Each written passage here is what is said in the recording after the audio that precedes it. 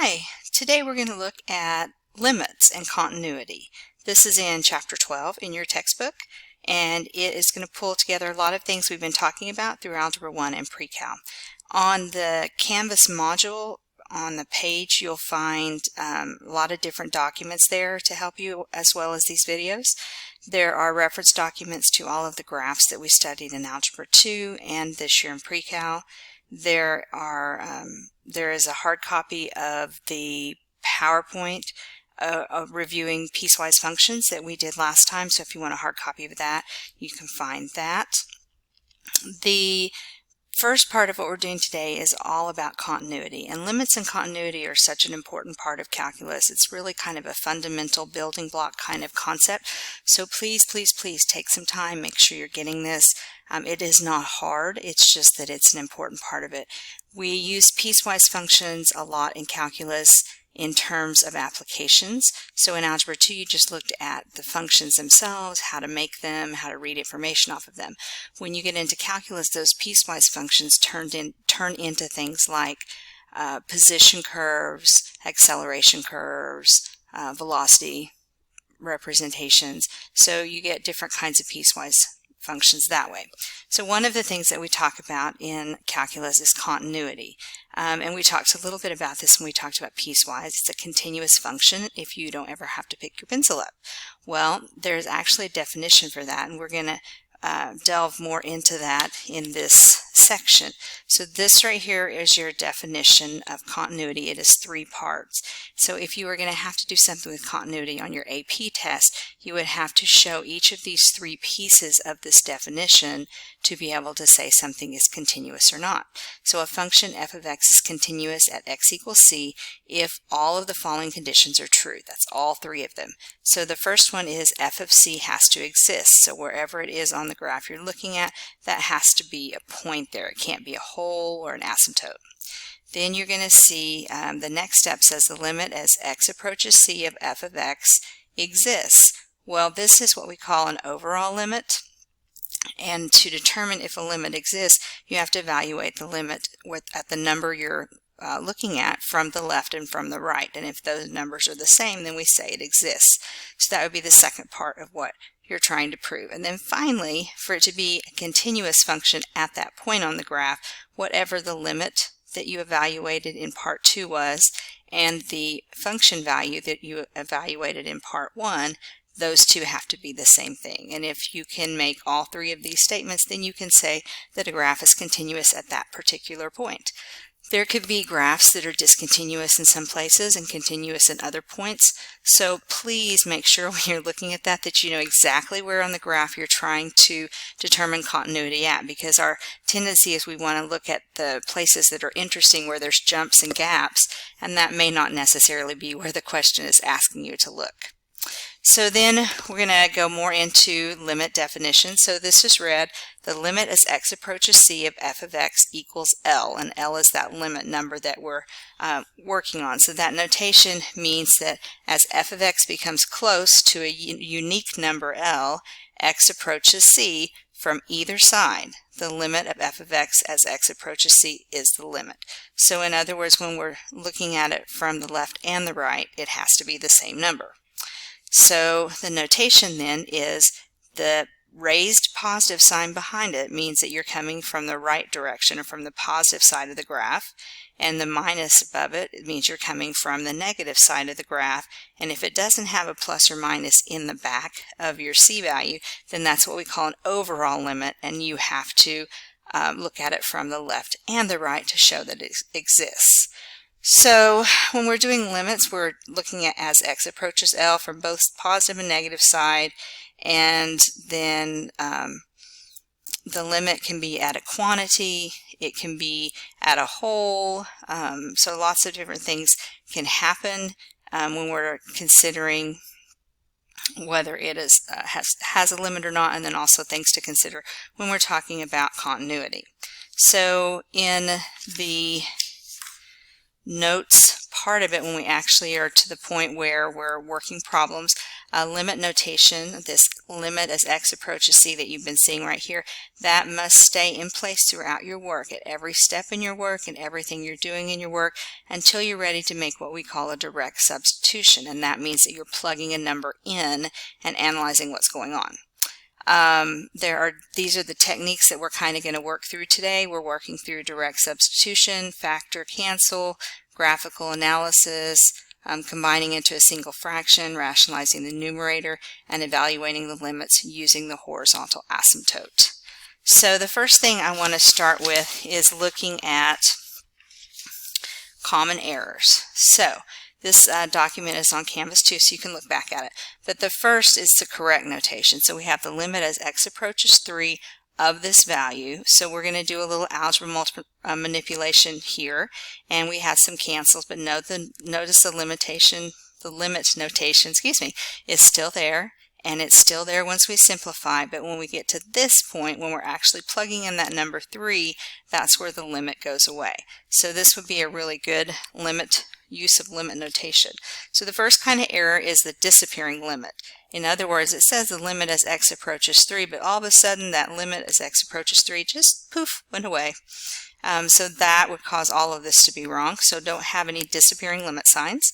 And then empty limit signs. We have to know what we're taking the limit of. This is what we would call our function. So we could call this f of x, we could call it g of x, but we would say the limit as x approaches 3 of this function. If there's no of this function, we have an empty limit and we really have nothing to take the limit of. Then we have limits to nowhere. So when we have limit as x approaches 3, whoops, look at that, all of a sudden it's just lim. And just lim. Well, lim where? We don't know. It went away. So that's what we call limits to nowhere errors, and we don't want to see that. And beware of lingering limits. In other words, limit as x approaches 3, limit as x approaches 3, limit as x approaches 3, limit as x approaches 3. But here I'm doing a direct substitution. When I do the direct substitution, that's what actually makes the limit symbol go away. Just like when you take the square root, it makes the square root sign go away. Or the absolute value, it makes the absolute value bars go away. So when you take the limit with direct substitution, it makes the limit symbol go away. So there shouldn't be any limit as x approaches 3 when you get to the end. So watch out for these common errors. The first thing that we're going to look at is continuity. So in the continuity definition, remember we said there were 3 parts to it. So we're going to take this piecewise graph and we're going to evaluate it and use the rule. So if it says use the rule, you have to use the rule, even though you could probably look and tell if something is continuous or not. So we're going to start with working at x equals -1. Okay, so looking at my graph, the first thing on number 1 says, does f of x exist? Alright, so I have f of -1. So I'm going to go up to my graph, and here is -1. What is the function value? Is it up here at 1 or is it down here at -4? Well, it would be up here at 1 because that's where the solid dot is. So I'm going to say that equals 1. Therefore, f of c exists. Okay? Then part 2 of the definition says the limit as x approaches c of f of x exists. That means the limit from the left and the limit from the right have to be the same thing. So that's the next thing in my definition I would show, and this is how you would write it. The limit as x approaches -1, and we're going to raise the symbol behind it and say from the positive direction of f of x equals. And so then I go up here to -1 and I come from the positive direction, which means I'm traveling down my graph to here. What is the function value? What is the y value that's there? And I can say that equals 1. Then I do the same thing again. The limit as x approaches -1 from the negative side of f of x equals. So now I'm coming from the left, so I'm traveling on my function and I'm coming to the number -1, but now I'm down here where? At -4. So since 1 does not equal -4, the limit does not exist. And we can use that traditional D and E. Sorry about that. Let me move that up for you. The traditional D and E symbol for that. And then out of curiosity, what does that tell us? If it doesn't exist, if part 2 of the definition falls apart, then that tells us that f of x is not continuous at x equals -1. So again, I know you could probably look at the graph and see what's going on there, but that's not the point. We're working with the definition to prove that. Okay? So then it asked us to prove it at x equals -3. So we know that at x equals -1, which is right here, it's not continuous, and you can see that by that big graph, or big gap, excuse me. So let's go through our definition again. So the first thing we need to prove is that f of c exists. So I'm going to say f of -3 equals 0, and I'm going to say that because right here is where we're talking about, and you can see that at that function value is 0, so we know that f of c exists. 2. Now you wouldn't necessarily have to write this unless it asks for you to justify or something like that, but since this is note purposes, I'm going to go ahead and write out some of those things just so you have it in your notes. Alright, so number 2, the limit as x approaches -3, let's do from the positive side. It doesn't matter which order or which side you do first. So then I come up here at -3, and I'm coming from the left, so that's going to equal 0. And then I'm going to show the limit as x approaches -3 from the negative side of f of x. So from the positive side it went to 3, from the negative side it went to 3. And so we're saying the limit is 0. So we went going to -3, the function value is 0, going to -3, the function value is 0. So then, because these two are the same, we know that the overall limit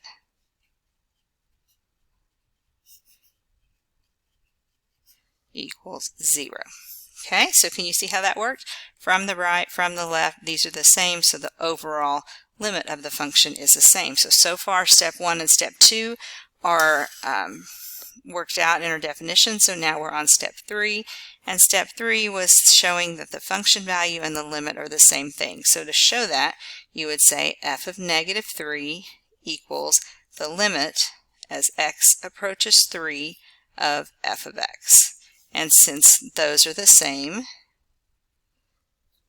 we know that f of x is continuous at x equals -3. So the first example, it was not continuous. The second example, it is continuous. Okay, so the next set of problems, we're going to look at finding the limits using some of those techniques that we listed out on the front page. And so the first one we're going to practice is direct substitution. Direct substitution is usually always the one you want to go to first because it's the easiest and the quickest, get you to your answer the fastest. Alright, so I'm going to call this f of x equals x squared. Okay, just so I know what that is, and that way you can use the f of x notation if you wanted to instead of rewriting x squared, although this one isn't a hard one. So the first thing we're going to try is direct sub.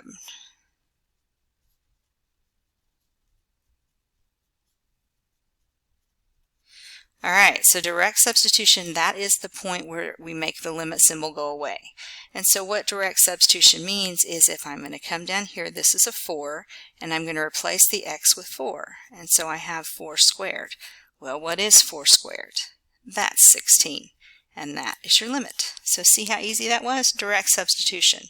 So what does this mean? This means the closer that x gets to 4, the closer f of x gets to 16. And what that means then is the limit of f of x as x approaches 4 from the left and right is 16. So that's what this is telling me from the number 16. So the limit of f of x as x approaches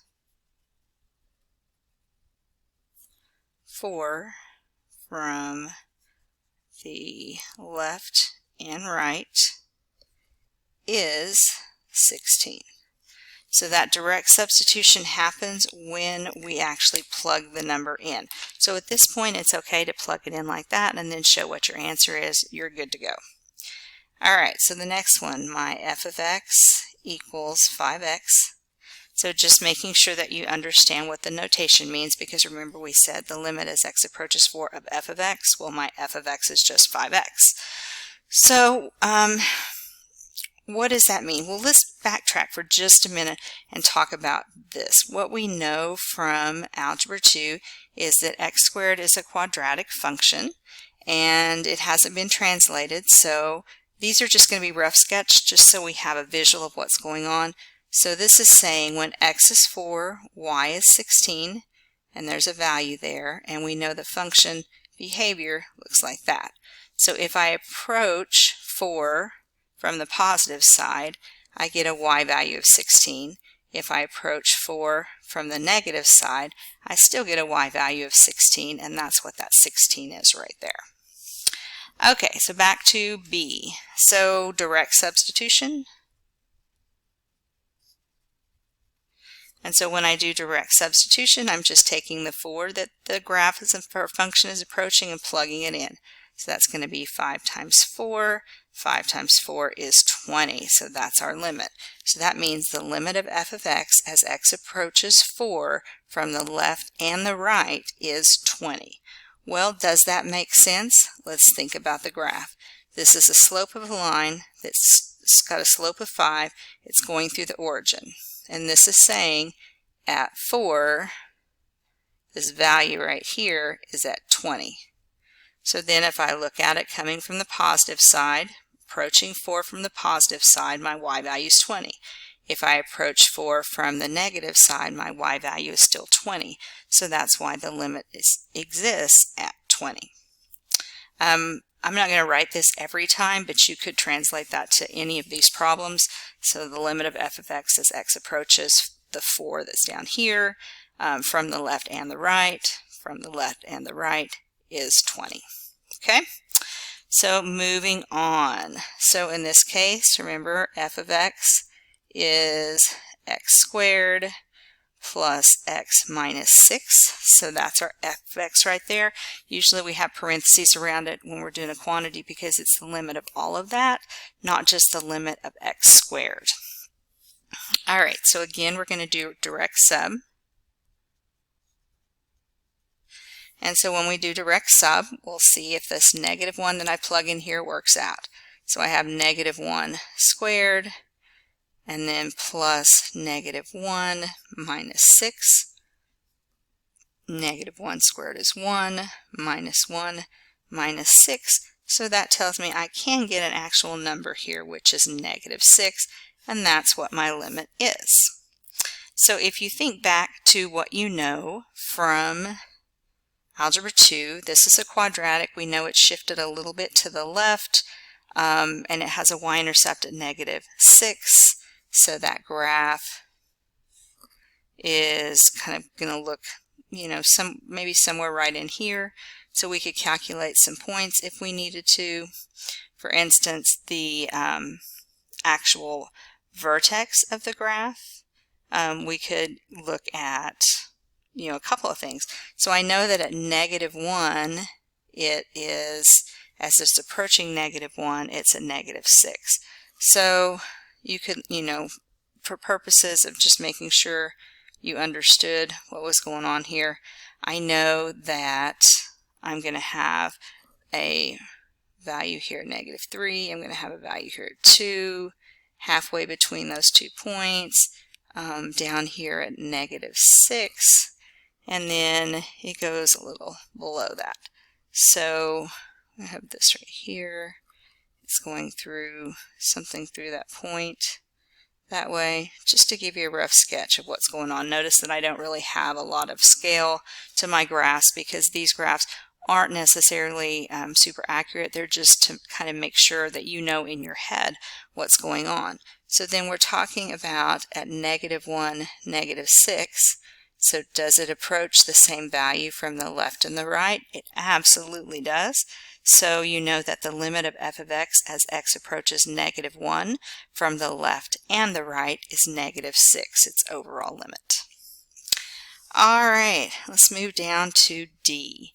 So remember again, we've just been talking about what would that definition be. This is all f of x.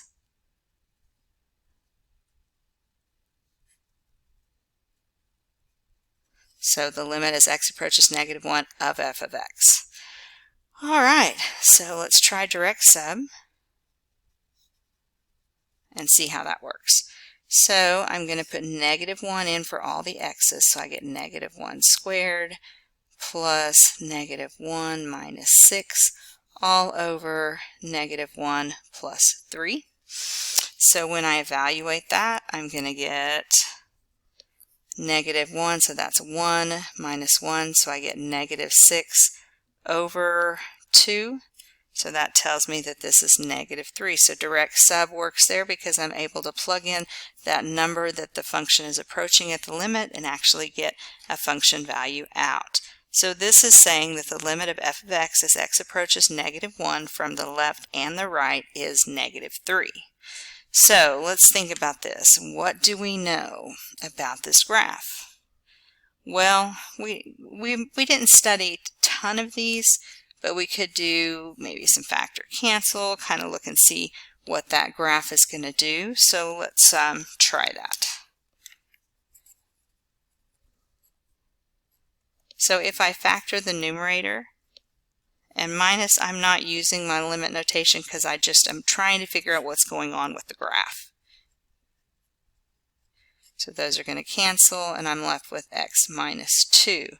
So what does that tell me? It tells me that my function is behaving like a line with a y-intercept down here at -2, a positive slope of 1, so up 1 over 1, up 1 over 1, oops, up 1 over. So I have this line right here, but it has a hole at where it cancels, so that's at -3. And when I plug -3 in right here, I know that that's -5. So at 1, 2, 3, 1, 2, 3, 4, 5. So down here we have a hole, and we have that function that's behaving like a line that looks like that. So what that means is as you approach it from the positive side and the negative side, you're approaching the hole. The hole has a y value, or has an x value at -3, and so we can see what our limit would be. So using what we know about factor cancel, a little bit of what we know about graphs to look at these problems. So all of these are direct sub problems, and that is always the first place you want to go when you're evaluating limits. Can I do a direct substitution? The next set of problems, number 3, are finding the limits, but this time we're going to be using a combination of things. We're going to be using direct substitution and factoring. So the first thing you always want to try is, can you direct sub? Then if you can't direct sub, the next thing you want to try is factoring. So that's kind of our order. So as I'm going to write down what we're doing over here on the left-hand side of the page, that's just so in you looking back at your notes, you're going to see, oh, I tried this, then I tried this, then I tried this, and then we'll do all the work over to the side. So here's my function. So remember, f of x equals x squared minus 4 all over x minus 2. So that's that function f of x that we would talk about, the limit as x approaches to of f of x. Okay, so the first thing I would going to try is direct sub. Alright, so if I try direct sub, then that means, remember, I'm putting the 2 in here and here. So I'm going to do 2 squared is 4 minus 4 over 2 minus 2. And so what I end up with is 0 over 0. And we should see that there's a problem there, because when you have 0 over 0, you're trying to divide by 0. And that's a problem because it's not defined. So I'm just going to say undefined. In that case, direct substitution is not going to help us at all because we can't find anything out. Alright, so I've checked to see if direct sub would work. Since direct sub won't work, then I'm going to try factoring.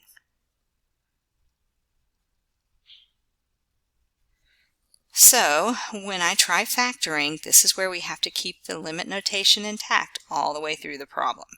So I'm going to say the limit as x approaches 2, and then I'm going to do my factoring, which the top is the difference of squares, so that's x plus 2, x minus 2, and then we have all over x minus 2 on the bottom.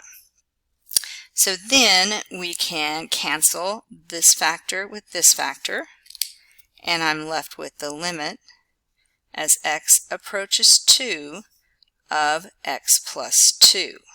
So I still haven't done a direct substitution, but it looks like now that the fraction's gone away, I can direct sub at this point, and that means I'm going to have 2 going in for 2, so I'm going to have 2 plus 2, which is 4, and that's what your limit would be.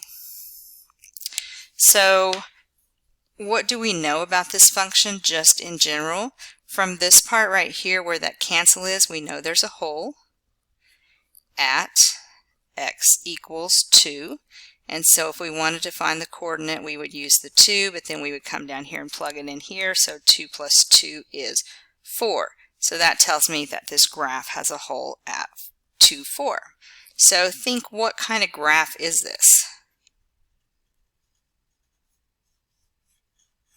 What do we know? This x plus 2 means that it's a linear graph, and it's a linear graph that has a y-intercept at 0, 2.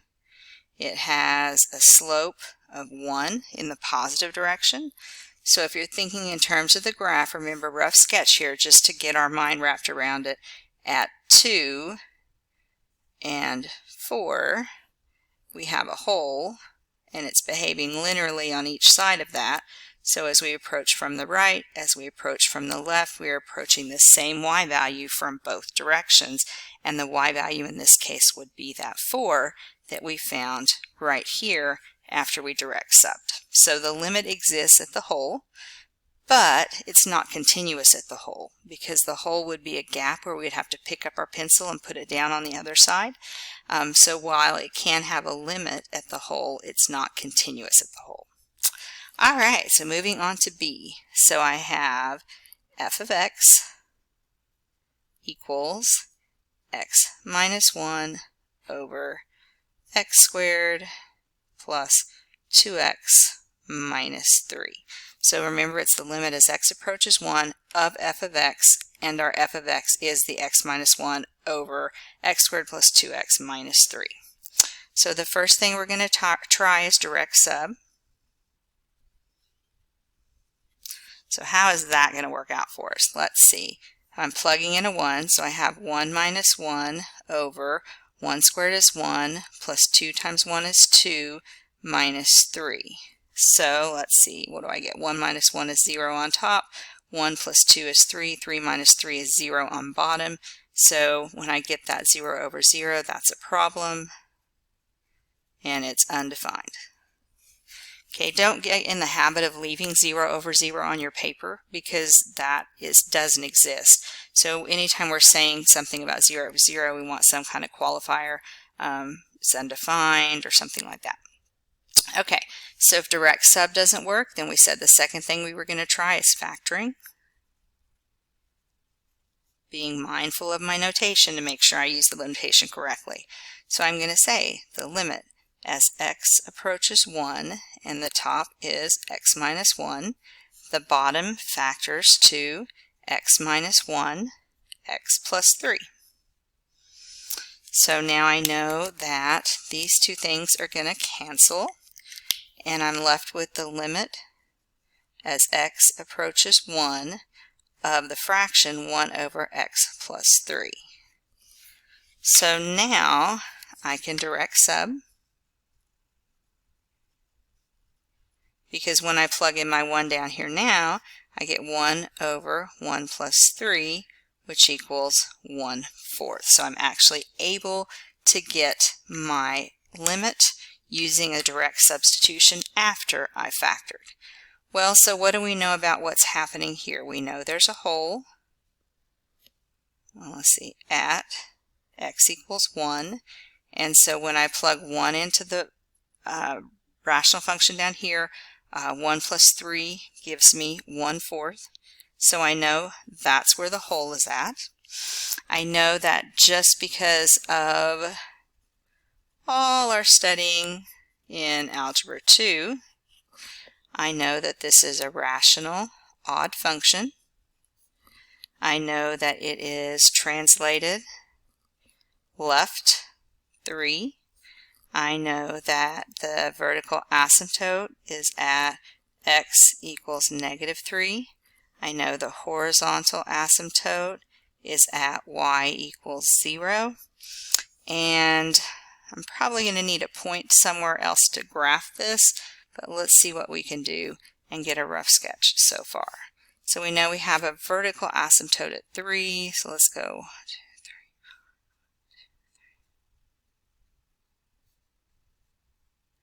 3. Alright, so we have a vertical asymptote, and I'm making all of these units 1. So 1, 2, 3. I know there's a horizontal one at 0.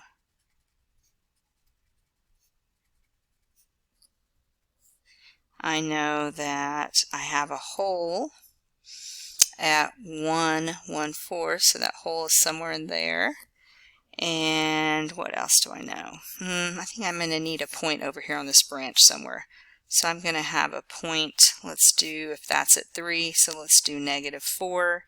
And when I plug -4 in right here, I get -4 plus 3 gives me -1. 1 divided by -1 is -1. So then I can come over here at 4, go down here -1, and now I have a point on each branch to anchor my graph. So it looks like that. So then remember, here's the hole that we were talking about.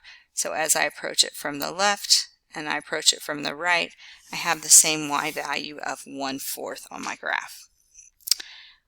Alright, so what does that mean? It means that the limit exists at x equals 1, which is the hole, but the function is not continuous at x equals 1. So I'm going to go ahead and write that out so we have that at least once in our notes on this set of problems. The limit exists at x equals 1, which is a hole,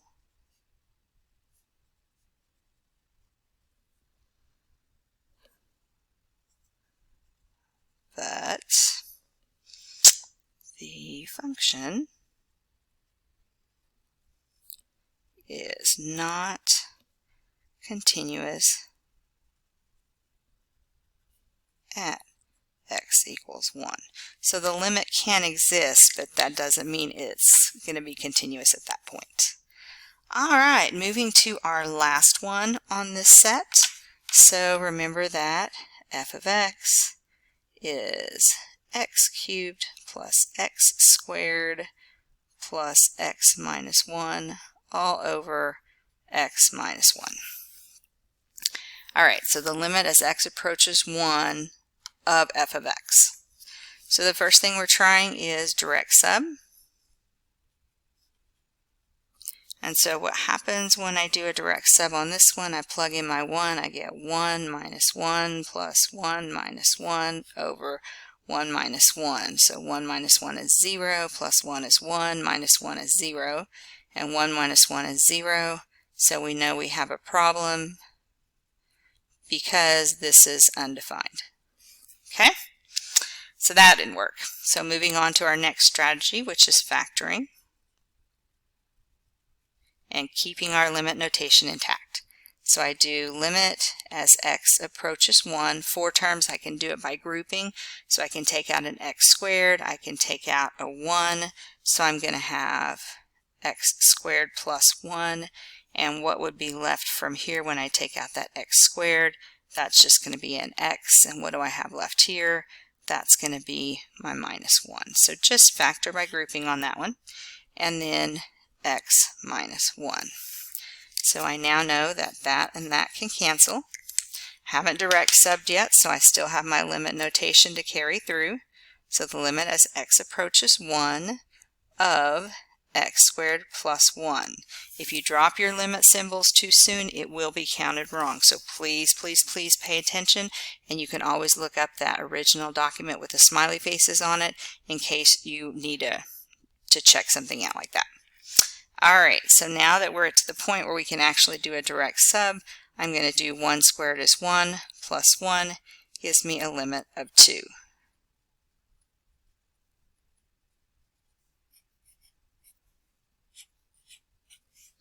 Alright, so what does that mean in terms of the information we have?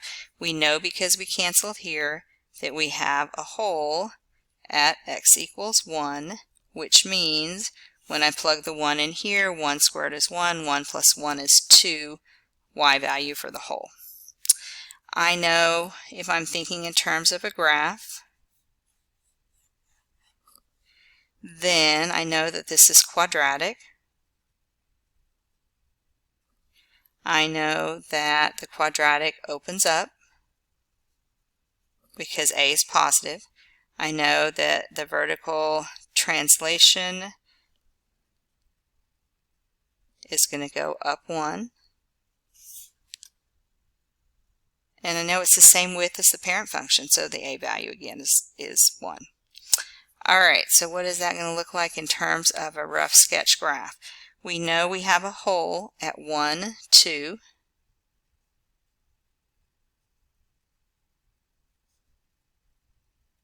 So at 1, 2, we have a hole.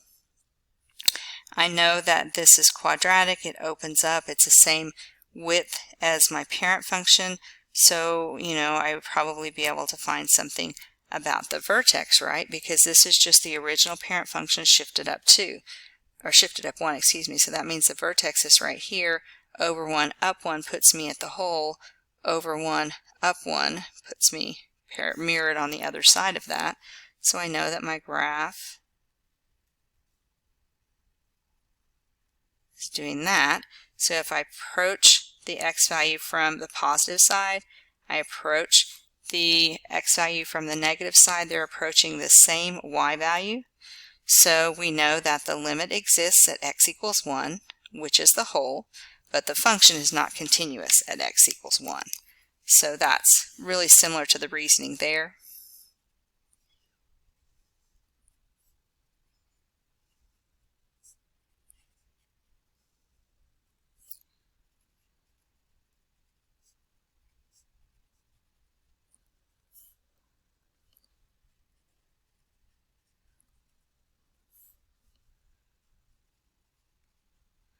Whew, almost got it. The function is not continuous.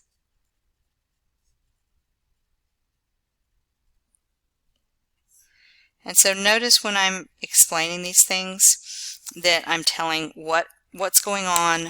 I have some justification, and I'm talking about where it's happening at. So that's just kind of some habits to get into, because that's kind of the way that you would be answering on your calculus exam next year.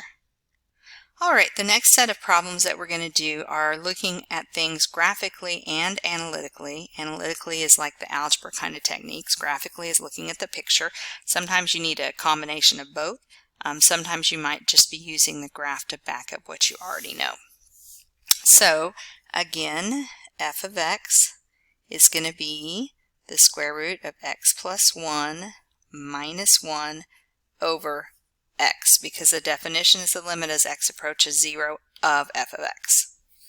Okay, so the first thing we're going to try is direct sub, just like on every other problem. So if I put in a 0 here, 0 plus 1 is 1, the square root of 1 is 1, 1 minus 1 is 0, and if I put a 0 in there, I definitely get a 0, so we know that's a problem and undefined. So that doesn't work for us. So then the second thing is this factorable? Well, nope, it's got all those square roots up there, so it's not factorable. Alright, so moving on to the next technique. The next technique has to do with that radical. And what we're going to do is change the form. And more specifically, because we're changing forms with a radical in it, we're going to do that by rationalizing the numerator. So in Algebra 2, we spent time practicing rationalizing the denominator just so you could practice that technique.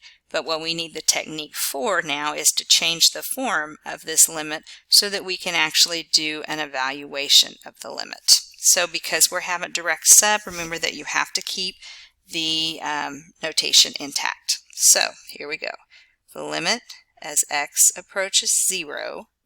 And so we have our original function, which was x plus 1 minus 1 on top. And to rationalize that, that's that conjugate. So it's the same first term. We have a different sign and the same last term. And then on the bottom, we have x times the conjugate, which is x plus 1 plus 1. Whew. And there is that. So remember that when you multiply together difference of squares, the o and the I are going to drop out. So you really just have to multiply the first terms, subtract, multiply the last terms.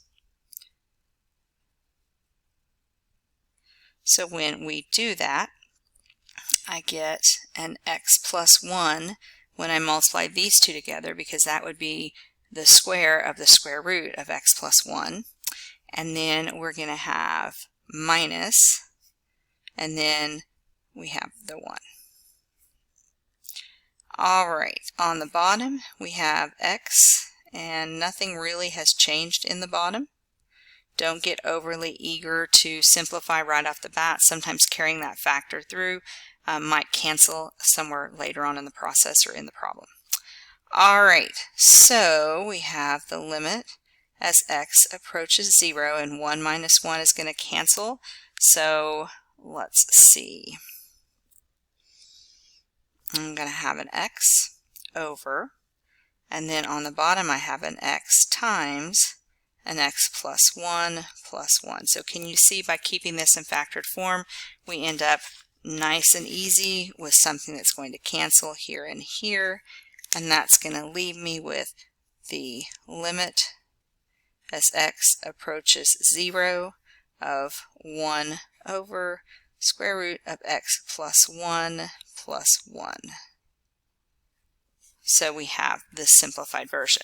Well, the reason we changed form now is so that we can do that direct sub.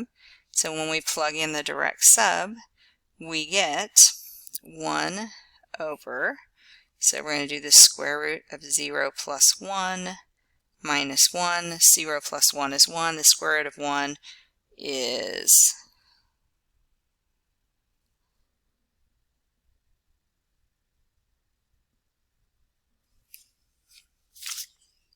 okay, so I had a moment a minute ago, forgot getting my sign right there, so that's supposed to be a plus 1. So now that tells me that I'm going to have the square root of 1, which is 1 plus 1, which gives me 1/2 as my limit. So what do we know about this graph? So think graph, just to make sure we're on the right spot. Okay, so we know that we have a hole at x equals 0 because those two things canceled right there. And so we know when we take that 0 and we plug it in down here, that's going to give us our coordinate, and that means we have a hole at 0, 1/2. So if you're thinking in terms of a graph, whatever the graph might be, because this is definitely an interesting one, we know that at 0, 1/2, we have that hole. And so this is a function that's going to continue this side, continue this side, so when you approach it from both directions, you still get that -1/2. So the limit exists at x equals 0, which is a hole, but the function is not continuous because that is a hole. So you can approach, a limit can approach a hole and exist at the hole, but that doesn't mean you're going to have a function value. Alright, so moving on. So we have f of x, and it is equal to 1 over x plus 1 minus 1 over x. So remember, the limit as x approaches 0 of f of x. So that's what f of x is. So what's the first thing we try? Hopefully you're getting this down now. Direct sub.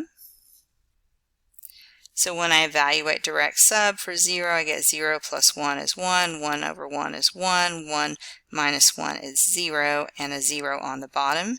So that tells me we have a problem. We can't direct sub because that's undefined. Alright, so now that we've ruled that out, that's a hot mess, so we definitely know we can't factor.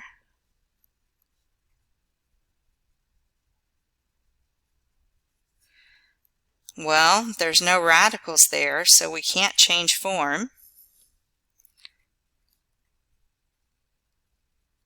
So we're not changing form. So then the next thing I hope that you see is there's a whole bunch of fractions here. What I need to do now is to write this as a single fraction. Okay, so the process is using your rules here, keeping that notation intact. So I'm going to say the limit as x approaches 0 of 1 over x plus 1 minus, now I'm going to get a common denominator in terms of x plus 1. So I'm going to do x plus 1 over x plus 1. So usually getting a common denominator is pretty easy when the number's 1. And all of that is over x. So as I have a common denominator on the bottom now, I have the limit as x approaches 0 of 1, and this is minus this whole numerator here. So it's minus x minus 1 all over x plus 1 all over x. Gotta love those complex fractions.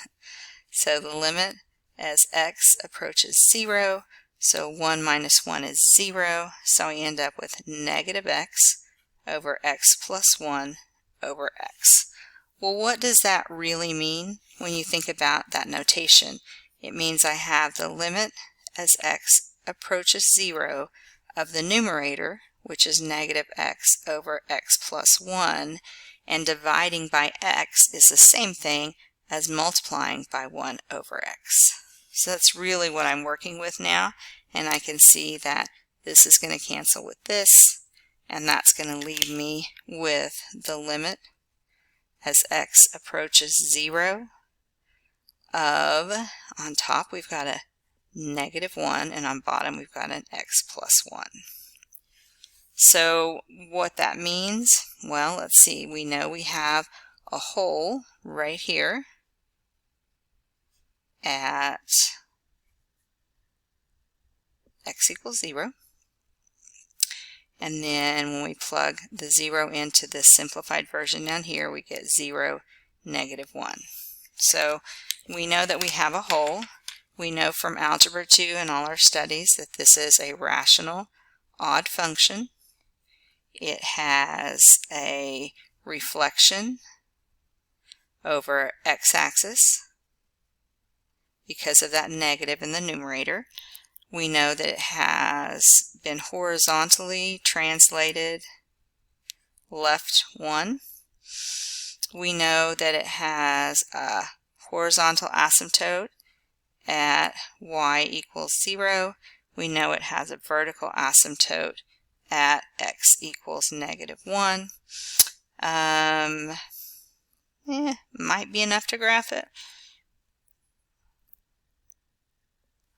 So let's see, I'll make it happen over here. Alright, so let's put this stuff on. So we know we have a horizontal asymptote at 0. We have a vertical asymptote over here at negative 1. We have a hole at 0, negative 1. So that hole is down there. So I need a point on this branch. So I'm going to pick, how about negative 2? When I plug negative 2 into here, then I get 1. So at negative 2, positive 1. And that's there. So what does that tell me? That tells me that my graph is doing this, and it's doing this because it's rational odd. And so that means that that limit is going to exist there. So when I plug in 0, I get 0 plus 1 is 1, negative 1 over 1 is -1, and that's your direct sub limit. Okay, so far so good. Everything's kind of been checking out as we went through this process. Alright, so again, f of x equals, and this is absolute value of x minus 1 all over x minus 1. So the limit as x approaches 1 of f of x, and that's f of x. Alright, so we got to do a little bit of recall work on this one. So remember that the first thing we would do is, let's go through our list. Direct sub. Is direct sub going to work here? Nope, because if I put a 1 in there, 1 minus 1 is 0, 1 minus 1 is 0. 0 over 0 is a problem because it is undefined. 2, nothing there to factor.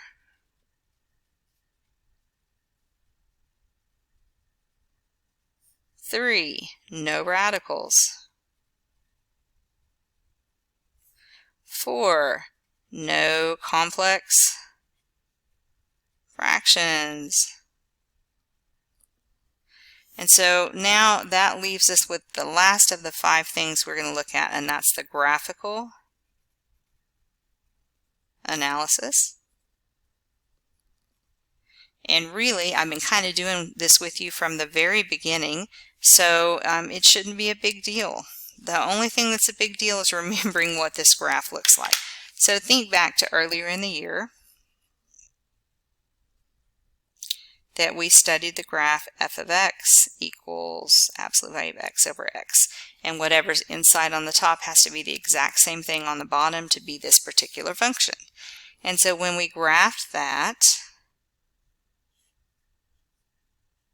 you had an open circle and every point that way, and you had an open circle and every point that way.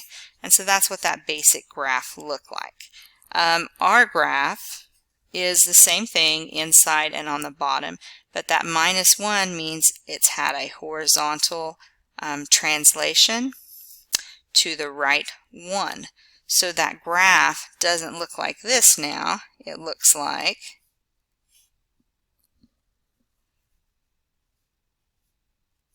so I have my open circle here heading out that way, and I have my open circle here heading out that way. So when I look at that graph, then I'm going to have to actually evaluate the limits from the left and the right. So when I evaluate the limit from the left and the right, I have to use the limit notation that shows that. So I'm going to say the limit as x approaches 1 from the negative side of f of x, and because I stated that I'm using this as f of x over here, I can simplify my notation just a little bit. And so when I go to 1, which is right here, from the negative side, what is the y value? It's -1. Then I have the limit as x approaches 1 from the positive side of f of x. So now I'm coming this way. I'm up here at +1. So since 1 does not equal -1, the limit does not exist at x equals 1. So kind of get in the habit of saying it doesn't exist at and where we're talking about, because there could be different points on the graph where it does exist. But because we're looking for what's going on at 1, we know that it doesn't exist there. Okay? So I have the next one, that is f of x equals x minus 3 over x minus 2. So remember, the limit as x approaches 2 of f of x, that's f of x. So let's go through our list. And this list is a conversation you're having with yourself in your head. You should be talking to yourself about what's going on, so you're establishing some habits. So we have a direct sub, and I'm going to put 2 in here. I get 2 minus 3 gives me -1 on top.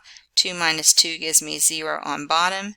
So hopefully you can see we can't divide by 0, so there's a problem. Again, it's undefined. So then the third thing, or the second thing we would check to see, is it factorable? No, so I'm going to say not factorable. Then the third thing we would check for, there's no radicals. And 4, no complex fractions.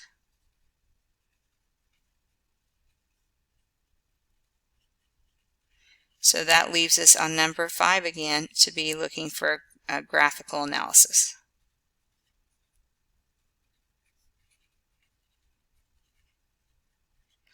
Alright, so what do we know about this particular function? We know that it's a rational function.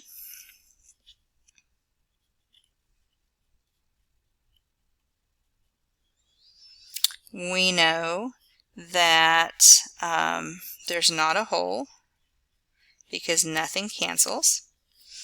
We know that it has a vertical asymptote at x equals 2 because that's where the x is 0 in the bottom. We know that it has a horizontal asymptote at y equals 1. We know that it has an x-intercept because of the x left on top, and that's going to happen at 3, 0. We know that it doesn't have a slant asymptote because it has a horizontal asymptote.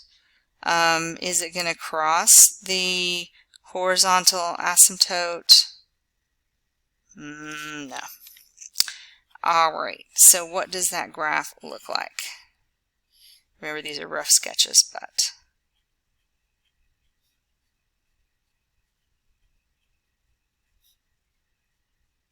so we know that there is a horizontal asymptote at 1. We know there is a vertical asymptote at 2. So now we have to figure out where the graph is in those spots. I know I have an x-intercept at 1, 2, 3, so I know I found that branch. And so I might need to figure another point out. So let's say, what if I did a point at x equals 1? So x equals 1, when I put it in my graph, 1 minus 3 gives me negative 2. 1 minus 2 gives me negative 1. So that means I have a positive value of 2 for that point. So at 1, 1, 2, I have this point. So the graph looks like that and that. So then I should be able to use my limit statements and evaluate that. So the limit as x approaches 2 from the positive side of f of x equals negative infinity, and the limit as x approaches 2 from the negative side of f of x equals positive infinity. And since negative infinity does not equal positive infinity, the limit does not exist at x equals 2. Alright, so a lot of Algebra 2 knowledge on this page because we did have to fall back on some techniques from Algebra 2.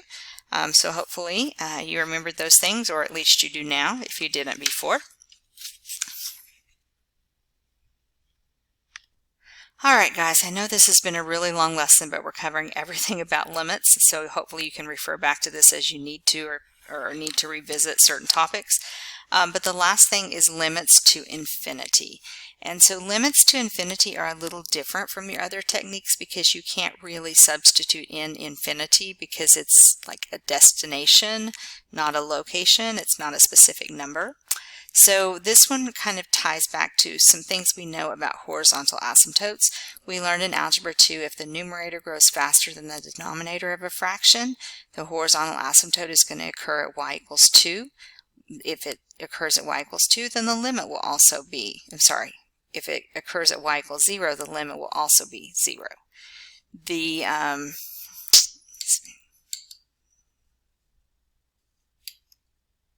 little bit clearer, I think. The second thing is if the denominator grows faster than the numerator, then the horizontal asymptote does not exist, so the limit will not exist. Well, we might explore that a little bit further and see, does it really not exist? Is it not converging anywhere? Or possibly could it be converging out toward infinity somewhere? And if the numerator grows at the same rate as the denominator, then the horizontal asymptote is at the ratio of the leading coefficients, and the limit will also be at that same ratio. So it has a lot of similarity to horizontal asymptotes, and that's kind of why we study them. You cannot direct sub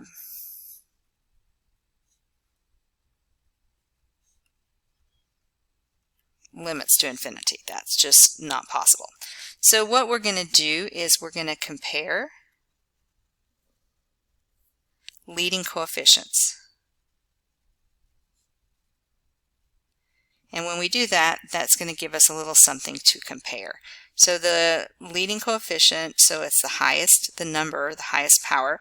So I'm going to take this term and I'm going to take this term. So 2x over 3x squared. So that's what I'm comparing. All right, so if you kind of look at the variables, this is x squared. So what I'm going to do, let's just look at and explore numbers just a little bit. So if I say x equals 1, then I have 2 times 1 on the top, and I have 3 times 1 squared, or 1 on bottom, so that's 2/3. If I compare it at x equals 2, I have 2 times 2, and on the bottom I have 3 times 2 squared is 4. So you can see multiplying by 4 is always going to make that bigger than multiplying by 2. Well, what if it's 3? Then I would have 2 times 3 on top, but on the bottom I'm going to have 3 times 3 is 9.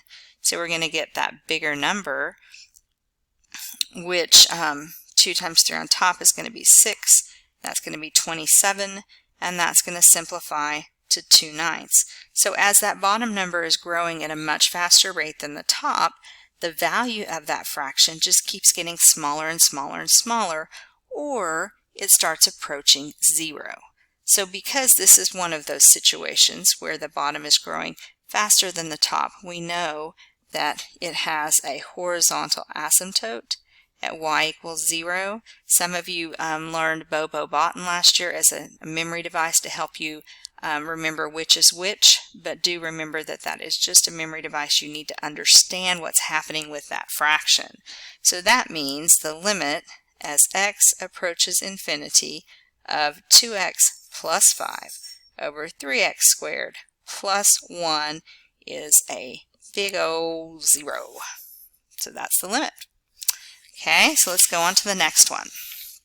So again, we're comparing the leading coefficients. So we're comparing the highest powers and the highest powers.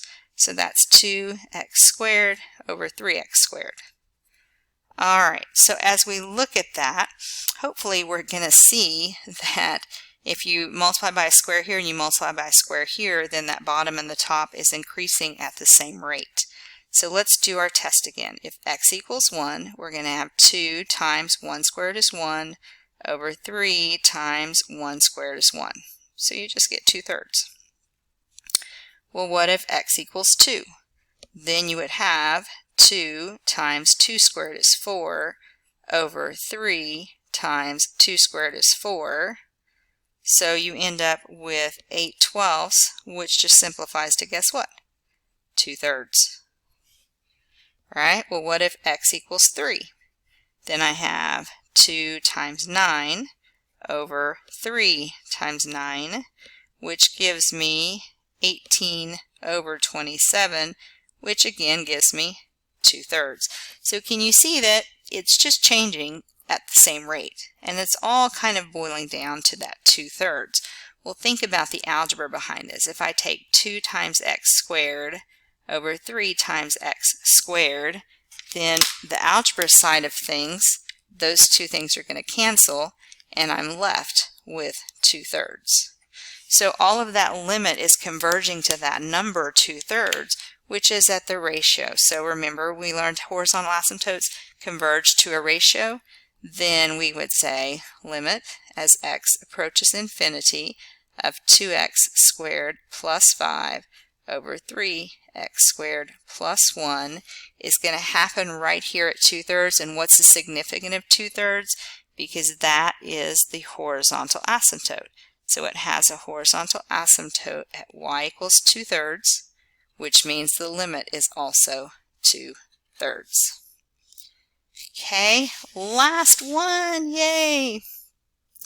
All right, so again, comparing leading coefficients. So we're talking about this, and we're talking about this. So we have 2x cubed over 3x squared.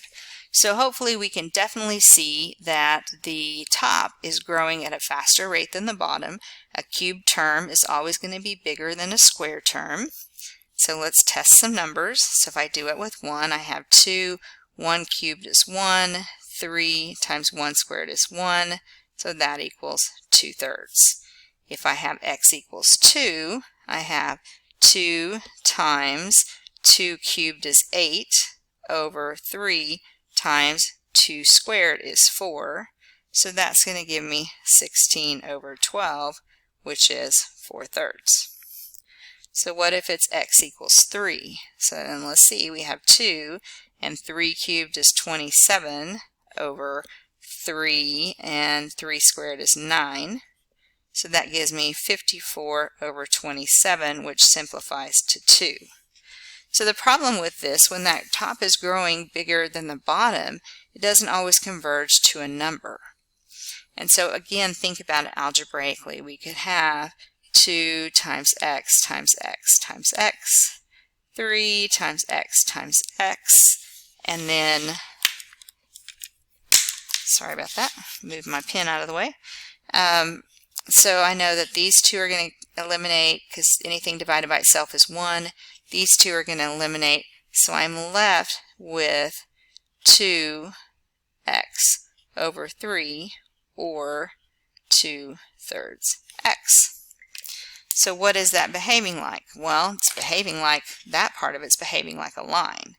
But this is actually an interesting graph. We would say that it has no horizontal asymptote because that would be the bottom part that you learned in that memory device last year. So if it doesn't have a horizontal asymptote, what does that tell us about the limit? Well, it tells us about the limit a couple of things. Now, if you actually graphed this on your calculator, maybe you get this little funky little graph thing going on there. So what do we know about graphs? If this is going forever to positive infinity, what are those y values approaching? Are they approaching a number? Nope. Are they approaching a destination? Absolutely. So you could say the limit as x approaches infinity of 2x cubed plus 5 over 3x squared plus 1 does not exist because technically infinity isn't a number. But they also sometimes, because a behavior is a description of a limit as well, might see it written like this. And we might say, because that's approaching forever positive infinity, that the limit could be infinity. So it could possibly be one or the other. As far as a College Board situation, if it were on a multiple choice, they would never give you both. And depending on how they word the question would be, which one they were looking, trying to lean more toward or getting to draw you out on that. So just to know that there could be a couple of possibilities there. All right, ladies and gentlemen, we finally finished all of this talk about limits. So you should be able to refer back to this video. I know that it was long, but I wanted to give you one place to get all of your information from. I have attached my written copy of these notes a little clearer, but I have attached those in Canvas as well. I attached the document that has all of the common errors with limit notation, so you have that. We pulled our all of our graphs from Algebra 2 and what we studied this year into a file that you can have access to as well. So there's lots of resources on Canvas for you. This is not a hard concept. It's not a hard topic. It's the very basic beginning of calculus, but it is an important one. So be sure that you're following through and you understand these concepts, because they will come to play a lot next year. Thanks so much. See you next time.